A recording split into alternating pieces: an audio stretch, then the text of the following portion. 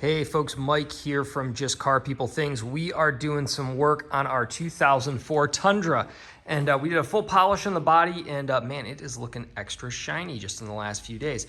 But I did want to flag something for all of you, something you should all be thinking about when you're working on a car that's a little older and may have sat outside and stuff like that. I was actually doing window glass, and I looked down and I noticed down here that there was a fair amount of buildup inside of this space. And you might be thinking, well, how much crap can build up inside of that little piece of fender that's only about that long?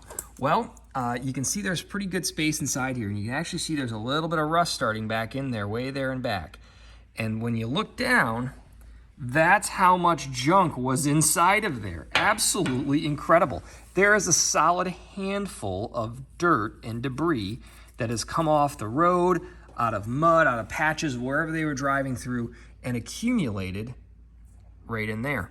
So one of the great things I recommend, and I know I already cleaned the interior, so I'm going to try not to blow it up here, is to get compressed air. If you have an air compressor, get one of these nozzles or tips on the air compressor, come in,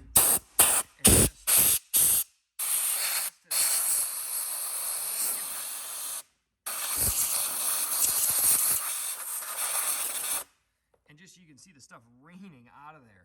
So, you know, for a few bucks, these are probably about $5 or $7. You can even get them like a Harbor Freight. They're not really anything special.